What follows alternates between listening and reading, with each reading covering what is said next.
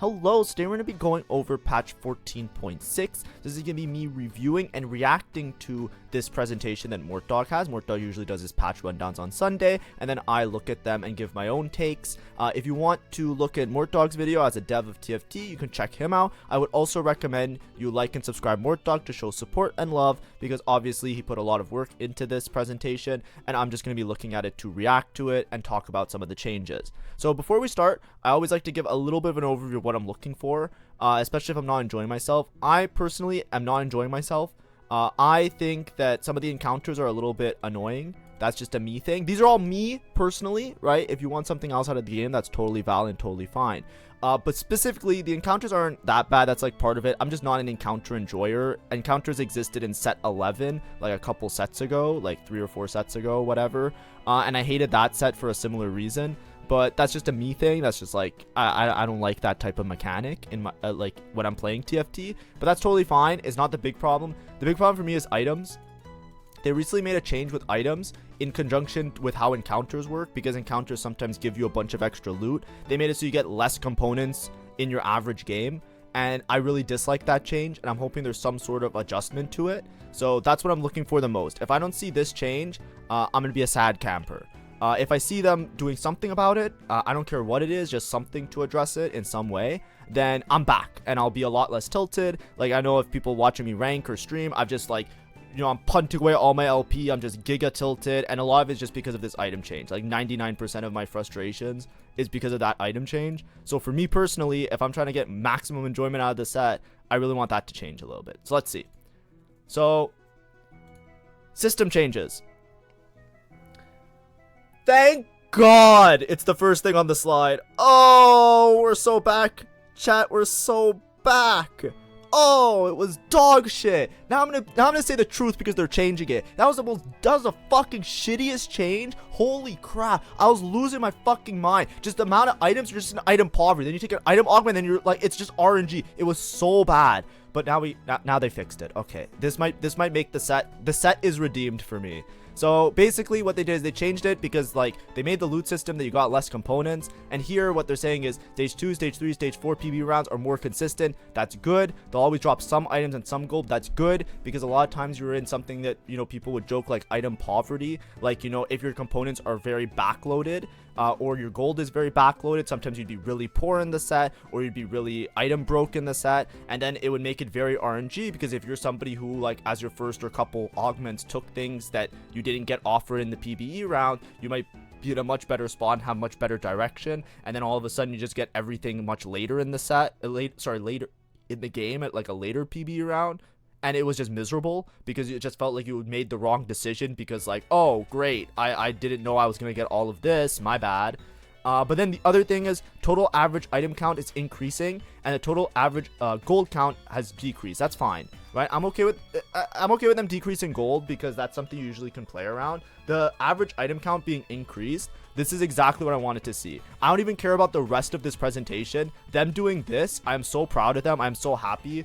My prayers have been answered. I banged my desk so hard during one of my games because I was so tilted I broke my Pikachu statue, and I've just been so miserable and depressed ever since. It's so good that, like, you don't understand like how much, like, maybe this didn't apply to you, but basically what would happen is you wouldn't get a lot of components, so you always had to take an item augment. And this is why I haven't done the item guide yet, because I'm still struggling with this concept, and I knew that they would probably change it because it was so bad. I was like, there's no way this is how the set's gonna stay if they have any kind of brain whatsoever. It was so miserable, right? So like, that's why I was delaying the item guide, but I didn't want to say that, because like I don't want to say something like that, because like if they don't change it, then it's like gonna be like spreading hate. I'm not spreading hate, I'm just saying like I think it was like an overcompensation for what the encounter was. But basically you would have to take an item augment, but then if you took an item augment and one of the encounters gave you a bunch of extra components, then you would just have too many components, which isn't usually a problem. But if somebody took like a combat augment or an econ augment or something else, they typically outscaled you late game, and they just did way better than you, so it just felt bad all the time, right? So having more items, at least early game as well, hopefully it translates to having it early. You get a lot better direction, which is really important, because a lot of the comps have to have very specific direction in the set. And I think it also helps with the problem that I was having, which is just like the ability to like play tempo and slam items early and just getting super griefed and super punished for that, and not having enough items later if you take combat, which was just so miserable. Thank the Lord. Okay, rant is done. That's the first 5 minutes. We're so happy. You don't understand? I am so happy. Like that's all we wanted. That's all I wanted. Okay, next we have 2-star encounter. Lower the odds of seeing 2 cross champion early in the game. Okay, sure. So I think it's going to scale a little bit better into late. And then Talker Trials. Oh, I haven't played Talker Trials yet. I should do 1 Talker's Trial run. I usually do that on my channel for funs. Okay, let's see traits. Let's see traits. Now this is the part where I think people care about it much more. So Dynamo, a nerf to all of them. Just 1 less mana on all stages. I think, or all tiers. I think that's fine. I think this is okay. I think with Dynamo, a lot of times you put mana gen on them anyways, so I didn't feel that crazy. It was just like chain casting. So I think the comps will still be fine. I don't think this is aggressive to such a point where they're going to be really bad. It seems like a smaller change. Exotech, HP per item. They're just going to keep cranking this until 7 Exotech is good. This is once again a big buff to 7 Exotech.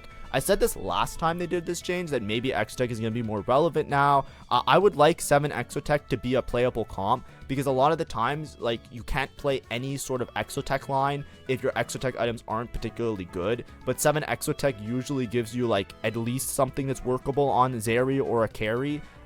It's like a little bit awkward. So I felt like this was something that was kind of missing from the set. I think there's a lot of flexibility in the comps, a lot of good comps that could be played. There's lots of stuff, like, of course, but I felt like if you ever like were looking to play Exotech, it was like really awkward because you always have to check your items and see if they work out really well. And I think that if you make 7 a little bit better, it might help out with that a little bit, that you can still play towards that tier of Exotech without having to like have the specific conditions for something like, you know, I think it was like Zeri MF is one comp, and then the other one is Vex, and Vex is the one that has like a lot of conditions, so very rarely were you able to play around that. So this is cool. I like these changes because I just think that I like Exotech as a trait. I think it was kind of cool. I like those item traits a lot. You know, if you couldn't tell from the first 5 minutes, I'm a big fan of having extra items a lot of the time, especially early game. So like, yeah, that's great. Golden Ox, they're cutting down the base amp, and then the chance to drop a component is going down 1%. I don't even think Golden Ox is that good. I think it's bait a lot of the times. I play it a lot just because it's like kind of fun. Like, I like those like cash outy kind of traits or scaling traits. So I think I overplay it for sure. But I don't think it's that strong, because I think in a lot of spots it's bad. The main reason I think this is a problem is when people play Graves reroll. Like, Graves reroll is aggressive. So if you hit like 6 Golden Ox and you have like a Graves 3, a lot of times if you hit like 6 Golden Ox early with like an emblem, you can just like scale really hard with that comp. But I think this is fine. These changes don't seem like it's going to drastically change the outcome of Golden Ox. A lot of times, you know, the 7 or 6% was like a very lucky thing. So it kind of just came down to like, if you hit it early and you get lots of cash outs, but you have to hit really hard with Golden Ox in order for that to work. So it was like, you know, it's not that big of a deal to me. Like and then the base damage amp isn't that crazy to me because you usually scale it anyways. This is just the base one. It's not adjusting like the tier scaling later, which is nice. Next we have Syndicate. So Syndicate, HP per item and damage amp. Did they get HP per item? I didn't even know it. Wait, yeah, I guess. Okay, so it's just scaling it up in the higher tiers of Syndicate. So this is 357. 357. Yeah, okay, that's fine. I don't think vertical Syndicate is that meaningful in a lot of spots, but this might help out with like the Elise comp, right? Like, there's a lot of times when you play like Elise with Braum, but usually you're just playing 3 Syndicate. They're kind of buffing more the 5 Syndicate and the 7 Syndicate. So I think it's more so along the lines of like if you're playing like TF reroll or something, that's usually where these things applied a little bit better. Or maybe there's gonna be like, you know, 5 Syndicate MF might become a little bit more interesting of a comp. Maybe we'll see. Vanguards, they're increasing 6 Vanguard shield percent. I don't understand this change personally. I think Vanguards are really strong right now, and I think 6 Vanguard is extremely hard to crack and really strong. Like, if you think about like Vi reroll with Kog'Maw. So whatever, 6 Vanguard's gonna be better. Like, maybe some of those reroll lines are better. Maybe 6 Vanguard with some other backline might become a little bit more prevalent. Who knows? We'll see. That's fine. You know, we're happy. We're already taking this to the bank. You know what I mean? I got what I wanted. I can't complain about anything in this patch, right? They could buff one of these units to be like Giga Nuke, like the most broken unit in the game, and I'll still enjoy the patch more than this patch. Like, I got what I wanted. You know what I mean? Like, we're just pushing now. You know, like you know, I hit blackjack. I'm not gonna double down. I'm gonna go home with my money. You know what I mean? Like, I'm happy. So we're just gonna look at this in like beautiful light. No criticisms whatsoever. They did an amazing job. Kog'Maw. They're buffing 4-star Kog'Maw. Is that what I'm seeing? 1, 2, 3, 4. Yeah, and they're nerfing early. Kog'Maw is really good early game. It's just one of the best early game units. I can understand nerfing 1 and 2-star Kog'Maw because he was just a little bit egregious. So that makes sense. I'm okay with that. Darius, I felt like wasn't like the greatest tank. This is making him a little bit better. I think this helps like the TF line a lot because you can see that a lot of these are like the Kingpin bonuses, which means you're playing him with Syndicate, not necessarily with Bruiser. So this one's actually pretty good because usually what you would do with Darius is you would solo frontline him because he had like a similar effect to Gargoyle. He would spin his axe or whatever it is, weapon, and for all the enemies hit, he would then heal. So what you would usually do is you'd put like Gargoyle on him, and like that would be like really good because he would get all the armor from getting targeted by multiple units, and then he would also like clean sweep through all of them, and then he would get healed with TF. It kind of fell off a bit because Braum just became a better tank with those lines, but they just changed Syndicate a little bit to buff it a little bit, and then they're also buffing the Kingpin bonus on Darius, so that might actually work out to make him a lot better, a lot tankier, and maybe make like the 2-cost reroll variation a little bit more obvious and good, like as a consistent line, because that's something that it used to be. So I'm down for that. Next we have Echo. I think Echo sucked as a unit. He's just like a trait bot. I feel like he just didn't tank very well. A lot of times, like, you know, if I had tank items and I was playing any of the traits that Echo had, I would be either tanking like the Nico, or I'd be tanking the Mundo, or I'd be tanking like, you know, another unit, like another Bruiser, another like whatever. I feel like his traits weren't that great. Sorry, his traits are amazing. His like ability to tank wasn't that great. So just buffing the spell heal on all the levels is pretty good. It's around like 10% more or less, right? 10% ish across the board, which is pretty nice. So I think that's good. I think he needed a little bit of a change. Then we have Alawi 3-star spell heal buff. I don't know. I never really had to play around Alawi 3-star. Usually I just play Alawi 3 if I hit like, you know, if I'm stuck on level 8 and I'm playing Anima just to like giga cap the board. So I don't know. I don't have a thing with this. Like, I don't know exactly where it falls. I felt like she was like okay early game, but she's like not that great. She felt like a very mid tank to me, just like a standard 2-cost what I expect from her. So I guess maybe like if there's some Bastion reroll that maybe makes this a little bit better, or with Anima, we'll see. But I don't know. It doesn't seem like that crazy to me, but I don't know. Next we have Jin. I think Jin sucked. Like, Jin sometimes pops off, and sometimes he's just so pathetic. Like, I had a game where I had Warpath, and I had Jin too. I had 2-star frontline, everybody upgraded, and the Jin just wasn't pumping any damage. Like, he takes so long to cast, even with Dynamo. I feel like he was just like sit there, and then by the time he throws this thing and it bounces around, it just sucked. So having a mana buff here, basically the numerator is like starting mana, and then the denominator here is the mana that it takes to cast. So if you're lowering the denominator, it means he's going to cast more frequently. If you're increasing the numerator, it means he's going to get his first cast off a little bit earlier. So this is kind of based on my own experience. I literally just had a game where Jin was just tilting me because he just wasn't doing anything. So I'm actually think this is a great change. I don't know if you guys have experience. I know like there's Jin reroll with Nefiri and Nitro lines, and then he kind of pops off, especially if you have 3 items. And I know that if you put him in like Marksman with Dynamo, he can sometimes pop off on the scoreboard. So I don't know how apparent it is, but I just know in my experience, I think he needed this buff. So that's cool. Maybe a little bit more consistent, a little bit more playable. We have some more 2-cost changes. So now we have some changes to LeBlanc, just increasing the spell damage. LeBlanc reroll might become a thing. I think it's like sometimes she's able to do some stuff. So Just be careful if you're playing Cypher, because sometimes this LeBlanc actually scales and kills units, and sometimes too many units. But it's not too big of a change. The thing is that the spell damage, I think, scales. So even though these numbers look really small, she gets extra sigils with every cast. So that's why, like, you know, for example, people used to talk about, like, blue buff Mana Zane LeBlanc and just chain cast so that she, like, pumps out damage because she scales with the amount of casts that she does. So that's pretty cool. I don't know how, if she'll be broken or anything, but we'll see how it goes.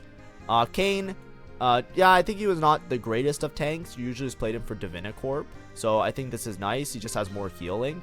Kayn was kind of annoying because he, sorry, I say Kayn, it's Rost, my bad. But he kind of like does the stun as well. So having more healing and being alive a little bit longer could make him a little bit obnoxious. But this can also apply maybe to like the hero augment, but we'll see. Next we have Skarner. I felt like 3-star Skarner was pretty good, but he actually did feel a little bit weak. A lot of times when you're rerolling Skarner to 3-star, you were rerolling Vi, Kog'Maw, and then you just happened to cross Skarner along the way. And the Vi is like an actual demon. So Skarner, I think, like in that regard, might be a little bit better. So this is like the spell armor ratio. I'm pretty sure he has like a ratio similar to Poppy, if I'm not mistaken. Let's check. Let's check because I think he does damage. I think this is just boosting his damage, not his tankiness. Which I think is an okay way to go because they also buff 6 Vanguard. Yeah, this is the armor ratio on his magic damage. So he just does more damage now. I think that's fine.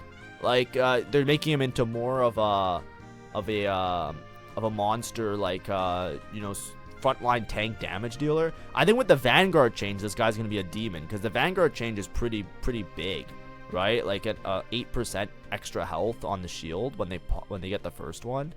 And then we have Vayne. I felt like Vayne reroll kind of fell off. Usually you just kind of play Slayers and Senna and you play for a higher cap.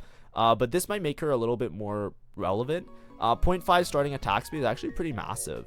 Because it can help you to ramp up a little bit more easily. Not saying that she's gonna ramp up like Guinsoo changed anyways, but like it seems pretty good. So maybe Vayne will be like, you know, good in those situations. I felt like she was kind of bad early game, so any buffs I think make her a little bit better of an item holder, which is totally fine by me. Okay, so this is a little bit weird. So Gragas I felt like wasn't that great of a tank, so having a little bit of an extra mana buff, I think that's fine. It also affects hero augment. Okay, so now the hero augment's gonna be a little bit stronger. I think that's fine. I felt like Gragas, even if I had like a Gragas 3, I felt like he didn't really tank as much as I would have liked him to. So I think this is like a warranted buff. This kind of helps him with like the healing and survivability. That's mostly what his ult does. So having the increased mana or getting the cast off a little bit earlier might help. This one I don't understand. Senna getting 5% extra AD on her passive. Like that's the her passive basically is that she hits like adjacents with some of the damage. So this is actually pretty big because I felt like Senna was already broken. Like I'm a big Senna believer, right? Like if I'm ever in a spot where I need to like find a way out of playing like an AD comp, I usually just try and play around Senna reroll if I know that I can hit like Jarvan 3.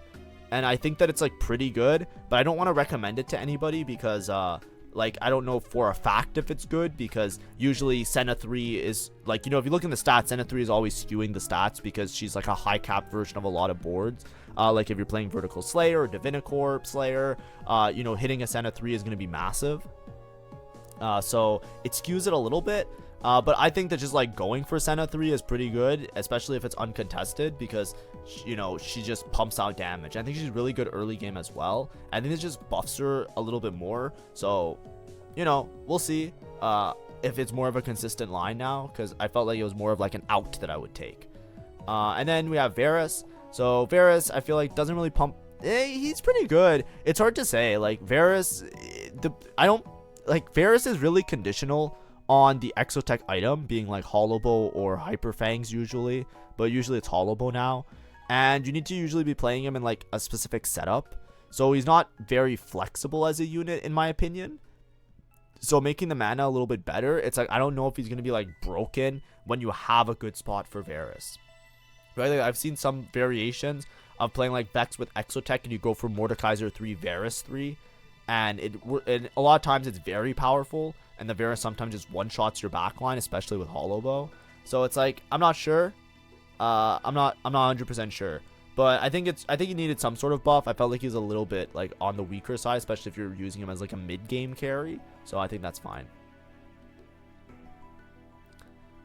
Next, we have the 4 and 5 cost. Okay, so not many changes of 4 and 5 cost. One thing I do want to say, I want to say it very clearly. I say this all the time. I think this set has some of the best balance we've ever seen. I think that a lot of the comps are playable for much of the set. There are some patches that were a little bit like dominated by certain situations, and I think that's fine. That's just TFT. It always happens. But overall, the last couple of sets, like, you know, have been consistently pretty high quality, and I think that the balancing on them has been really good. So looking at the, you know, 4 and 5 cost champions, I felt like a lot of them were already balanced, so I don't expect to see that many changes, which I think is great. And I think that's just like, it makes it a little bit hard sometimes because like you have like you're spoiled for choice, so picking the right comp can feel very difficult because, like, you know, is this an MF game, is this an Azaya game, is this a Azaya but marksman game? But that's part of like the skill expression of TFT, I guess, and like, you know, learning the nuances of each comp so you can better guess which one you want to play. So I actually found that part pretty enjoyable or pretty cool, so I just want to put that out there. Always, because, like, you know, sometimes I complain, sometimes I bitch, sometimes I whine, but I always want to make sure that give credit where credit's due, right? I just want to enjoy my time on this earth, right, to the best of my ability. So if they did a good job, right? So I don't expect to see a lot of changes here, but of course we're going to see a couple. Cho'Gath 3 is just broken, so obviously it's going to be a nerf to Cho'Gath 3. I think it still was one of the best units in the game, but that's not really relevant. The buffs here are just going to help him out a little bit. This might help some of the bruiser comps that rely on Cho'Gath, because sometimes he just dies. The thing about Cho'Gath is that I feel like items matter a lot, because like you need him to just start casting. If he doesn't start casting and gaining the HP, you're not gaining like the giga healing aspects of, like, you know, Anima or all those other ones that heal percentage HP. Like, Cho'Gath becomes like a giga tank if he can like get a couple casts off early and like scale off early in the fight. So I think just helping him out a little bit as the 1 and 2 star might make him a little bit more consistent of a tank, which I think is cool. Next we have MF. I felt like MF sometimes had like a really hard time getting a cast off, so seeing this mana change actually makes sense to me. I don't know if she's going to be broken. They did buff Syndicate as well, so maybe like a Syndicate line with MF now as a dual carry might become really, really obnoxious. They did nerf Dynamo a little bit, so it makes a little bit of sense here. I don't think it's that massive of a change. It's like 15 mana. What's 15 mana? That would be like 1 less auto, I guess. 1 less auto attack. Like, it could make the difference in a lot of fights. I feel like MF could pump out damage, but because she had such a high mana threshold, she just like didn't pump it out that often, which was really risky and really scary.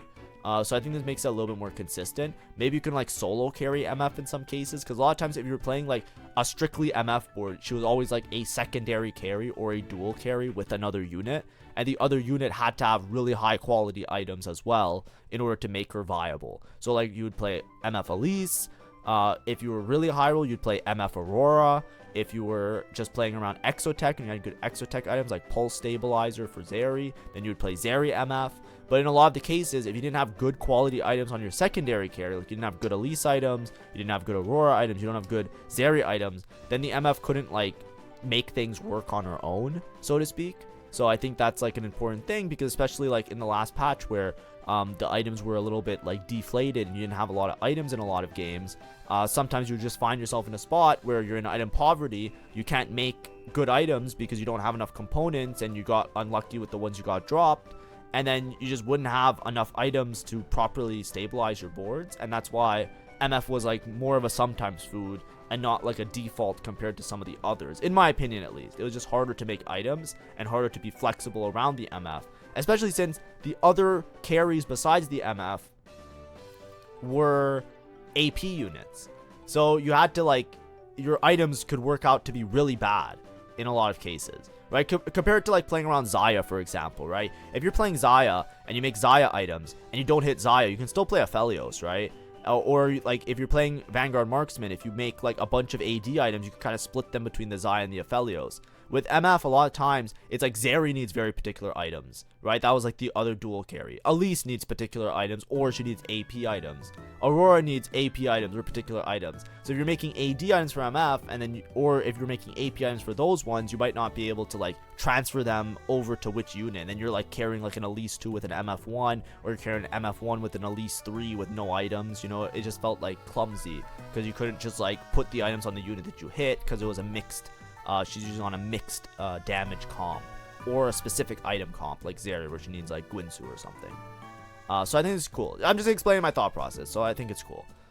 Garen, yeah, sure. I don't know. I don't know enough. I feel like Garen sometimes pops off like if you have like a Divinicorp setup, but like other than that, I feel like you just play him for his God of the Net ability. So we're gonna see if this mana chain makes him like a demon. I can't tell you.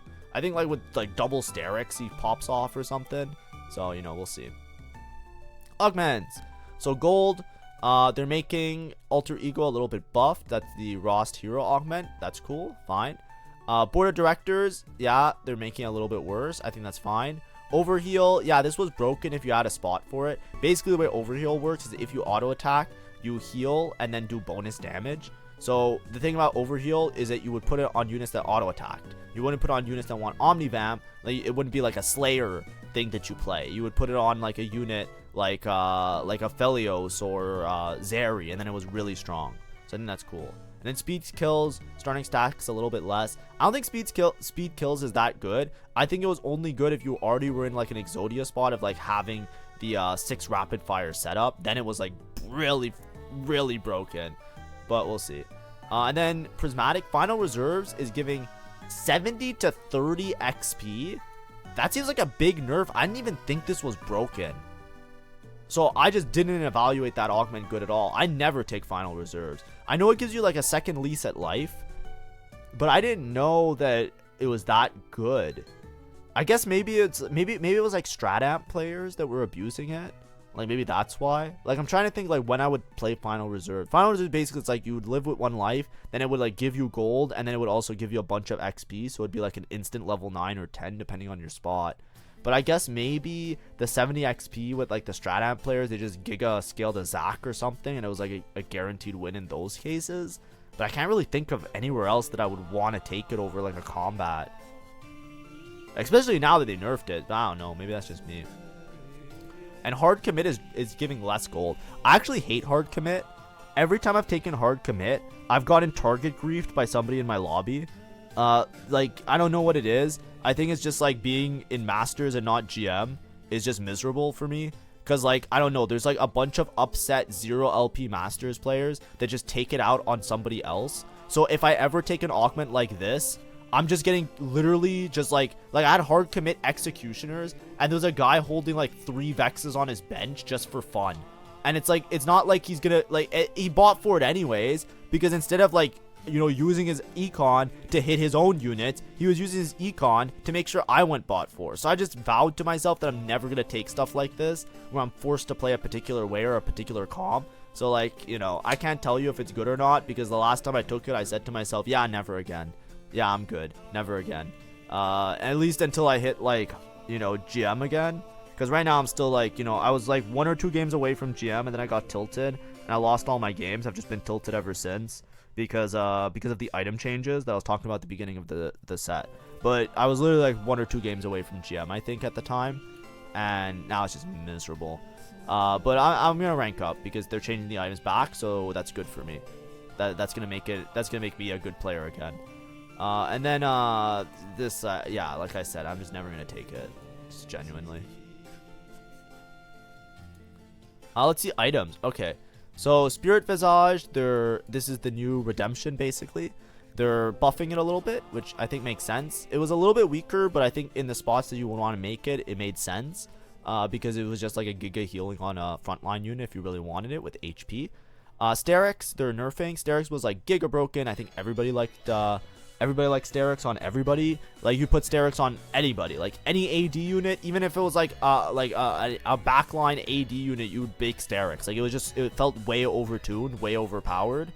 So yeah, that makes sense. Just nerfing the HP shield and nerfing the shield duration, sure, I'm okay with that. I would probably nerf the AD if I was being honest, but maybe that's just me, but that's fine. Void Staff, making the duration a little bit longer, sure. I think it's hard to make Void Staff. Like Void Staff, it used to be Static Shiv. It's always hard to make because it uses a tier, right? The tiers you usually want to save to make mana generation items. Think like your Shojin, your blue buff, your adaptive helms. Because when you're playing AP, you need to have mana generation.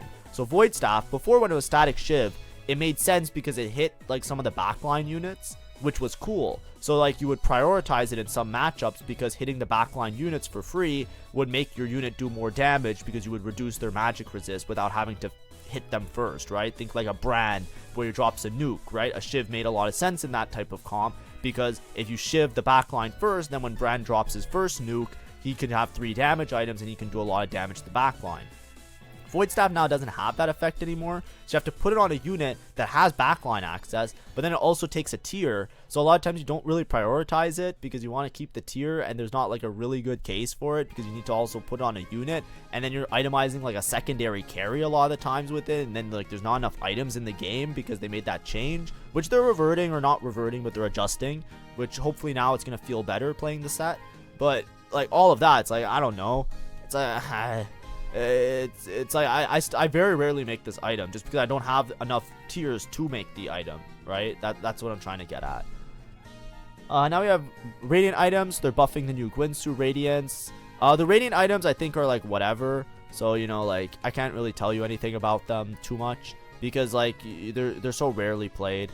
So you know, more Spirit Visage, sure.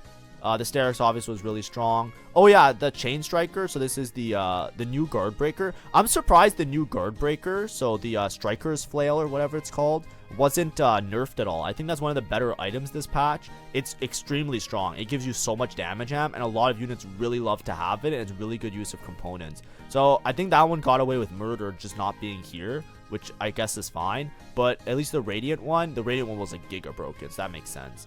And then Ikatha's Revenge. I think this is the Radiant Shiv, right? Yeah. And then Artifacts, Flicker Blade, AS per stack. Okay, this I don't understand, by the way. This one I don't get. Isn't Flicker Blade broken? Am I crazy? Let's actually check. I want to see the stats on it, because I don't want to speak to it. I thought Flicker Blade was like the best artifact in the game right now. Yeah. Is it not the best artifact in the game? I thought it was the best artifact in the game. Like Spectral Cutlass, yeah, because this is like a scam, right? But like this one's good. Like I thought Flicker Blade, like look at it. It's like one of the best ones. I thought it was good on like everybody that liked a Gwinsu loved Flicker Blade.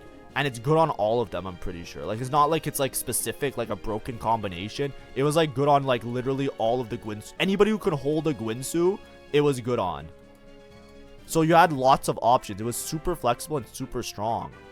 Why is it getting buffed? Oh no, it's getting nerfed. Oh, it's just green for the wrong reason. Okay, that's fine. Okay, so same thing applies. It makes sense, okay? No need to sound the alarm. 8 is larger than 7. It's just the wrong color. That's okay. I make this mistake all the time as well. No worries. We're okay. We're back, chat, okay? No need to be scared. We're back. Makes sense. Next, Static Shiv. Sure, I haven't seen it that much. Indomitable, sure. Titanic Hydra, I think this one sucked. I tried it out once or twice. Never really worked for me. So I'm glad to see some sort of buff. We'll see how it plays out. Now bug fixes. I want to see the Ziggs bug. Okay, perfect. Fix a bug where Ziggs with Cyberblocks would deal no damage to an enemy if they were the last target alive. Yes, this is what I was mentioning before. This was the Ziggs bug where he would just not do damage if he was single targeting at the end. It was so bad. So that's good. That will make that comp a lot more consistent, and you won't just like lose to RNG. So we like that. This is a double up thing, sure. Event count tooltip. Now this grants a Spirit Visage. Okay. Exalted Adventure rewards replace. Yeah, sure. Double up gift armory reward. A random completed item can no longer fail to give an item. Sure, that's double up. Connecting 3 now gains. Oh, yeah, I lost to Renekton 3, but that's fine. You're going to lose anyways. Animal Squad's boom, boom, boom trains now work on your partner's board and double up. Sure. Legion monetization no longer fails on Zac and units with suspicious trench coat. Okay. Cypher prop now correctly updates immediately at the start of each stage. Okay. Tone traits no longer prevents Clear Mind from working. Oh, that sucks if that happened. And guaranteed trait mods can no longer be applied to training dummies with syndicate emblems. Okay. I don't know about these bugs. This was the big one, right? This just made the Ziggs line a little bit scary to play. And it made him, like, you know, it made it very inconsistent. Sometimes you would lose. Overall, final thoughts. Incredible patch. Incredible. Why? Because they addressed the one issue that I had with the game, and that's enough for me. Because what I was saying with the game, I was ready to quit. I literally, if they didn't say that in this video, I 100% was not going to play any more of this set. I was kind of trying to sugarcoat it for you guys because I don't want to be like rude or anything. But I guarantee you, I was so frustrated in the last patch. I've had such a bad time between like the crappy players just target griefing me. I don't know why. Maybe if you watch my videos and I was in your game and you target griefed me, please say it so that I can permaban you and never see you in my life again. Most dog shit players I've ever seen in my life. So incredibly stupid. Right? I got griefed by somebody who took prismatic spoils of war and then full opened to grief my lose streak. Like, that's how absurd the games I'm having are. It's so miserable. Like, they're just so bad. Right? It's like stuff that like it's not bad because they don't know what they're doing. It's bad because they know what they're doing and they're just being dicks. Right? Like, I don't have a problem if you're like a bronze level player and you're learning the game. It's very different from being a master's level player purposely making a bad decision to make sure that, like, you know what I mean? Like, it's a very clear difference, right? That's why don't take it to heart. Like, if you're a beginner player, I'm not talking about you guys ever when I'm complaining. You guys are all amazing and you all deserve the best in life. Second, that item change was so annoying. It was just like every game felt like RNG if you just didn't get dropped components because you just had to take an item augment, and then your item economy was always screwed up because if you got dropped the random components, they worked outside of the bag size. So like sometimes you would just get like chainmail. I played one game where I didn't get dropped a single tank item the whole game. Like literally, I literally didn't get dropped a single tank item because I didn't take an item augment, which is my bad, you know. Oopsie daisy. I took like a really strong combat that worked with my board, but of course that was a mistake. And then I got dropped a bunch of random components, but all the components were offensive components, so I wasn't able to make anything for my Nico. I was playing brand Nico, like Street Demons, and I just lost the game because my Nico had no items the entire game. It was miserable. I was like, this sucks so much. So that is such a massive change that if you've been playing the set and you feel like it feels very awkward, especially with your items, if you've ever felt that a little bit, it will get better. So that's amazing. We're so happy about that. And then some small tweaks to like a lot of the units. I think the big takeaway here, like there was a lot of buffs. I think maybe like Syndicate and Vanguard Kog'Maw, like that line might be a little bit better. So just be aware of those. Like Kog'Maw reroll is already pretty popular. 6 Vanguard Kog'Maw reroll, and Twisted Fate, maybe Twisted Fate Darius might be a little bit more prevalent as like a stable kind of reroll comp you can play in certain spots. So just keep those two in mind. And other than that, a lot of the stuff is going to be around the same. Maybe Exotech pops off. Who knows? At one point they're going to buff Exotech at one, and it's going to be like an overspill and it's going to be like really strong. I don't know if it reached that point yet. It's getting kind of ridiculous with the HP and the attack speed. So pay attention to that as well. Maybe try it out in 1 or 2 games if you want to try it out. I know I will. I'm probably going to try 7 Exotech at least once on the new patch. But thanks for watching. Have a great day and see ya. Bye-bye.